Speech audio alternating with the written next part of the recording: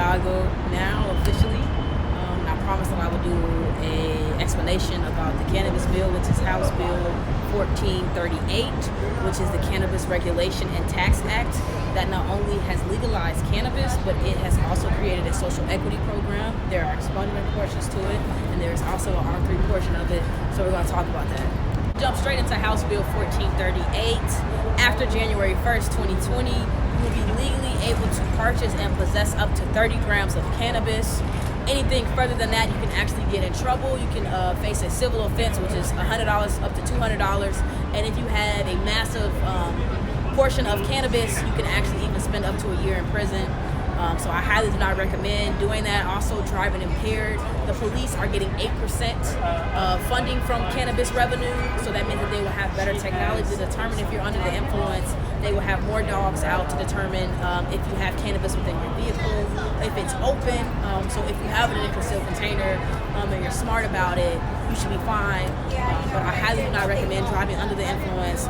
If you are caught driving under the influence and impaired because of cannabis, you will actually be at risk of getting your license revoked or even suspended. The application portion to apply for a cannabis license, whether that is retail, cultivation, or transportation, there are fees and there is a process. For the retail or dispensary portion, it is a $5,000 application fee. And then just for the permit itself, it is $60,000. But there is a component of the bill that is called the social equity portion, which actually will waive 50%. So instead of spending $5,000, you'll spend $2,500, and instead of spending $60,000 for a license fee, you'll spend $30,000. Also, a nice portion of the social equity component is that there will be grants that will be given to social equity candidates, and there will also be low interest loans that will be given to social equity candidates as well. The purpose of the social equity component of cannabis legalization is to create a leg up for people that have been disproportionately impacted by the war on drugs. Now, when we speak of disproportionately impacted areas, there are 5 categories. You have the poverty rate at least being at 20% in the area, 75% or more of children in the area that depend off of federal free lunch, at least 20% of households in the area that depend off of SNAP. The unemployment rate is 120% higher than the federal unemployment rate average. And then the second portion of all of that is if the area has high rates of arrests, convictions, and incarcerations that have to do with the relation to sale, possession, use, cultivation, manufacture, and transportation of cannabis-related charges.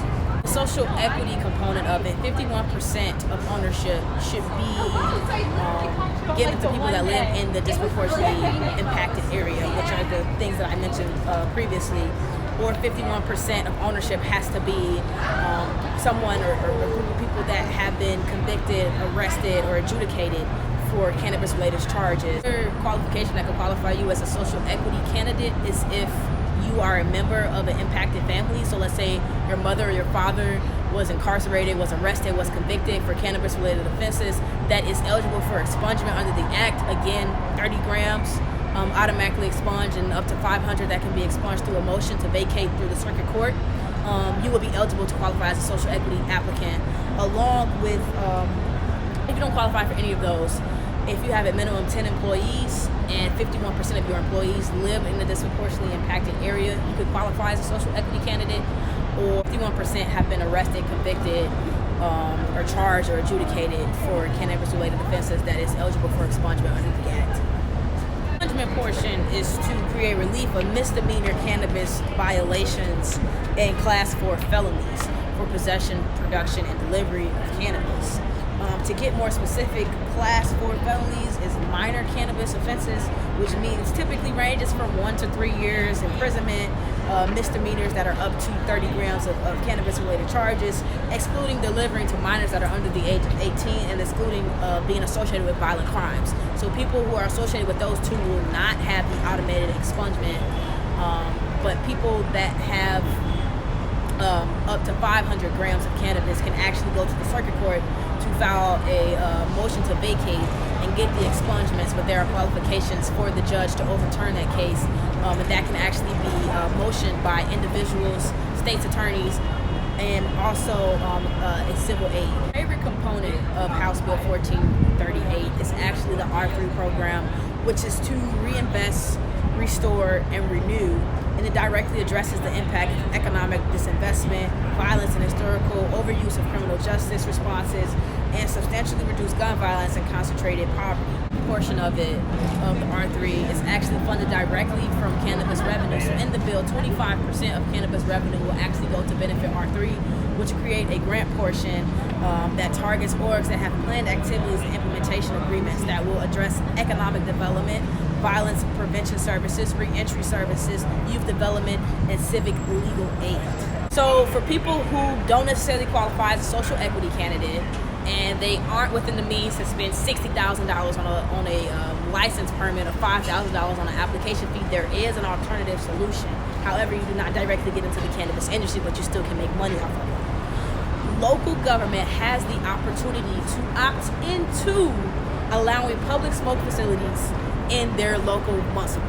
So that means counties, villages, and cities have the option to opt into allowing public smoke facilities. So if you are interested to get into the industry, I would highly recommend you investing in a smoke lounge that would allow people to smoke cannabis. I'm pretty sure it might be the same regulations as hookah or tobacco lounges.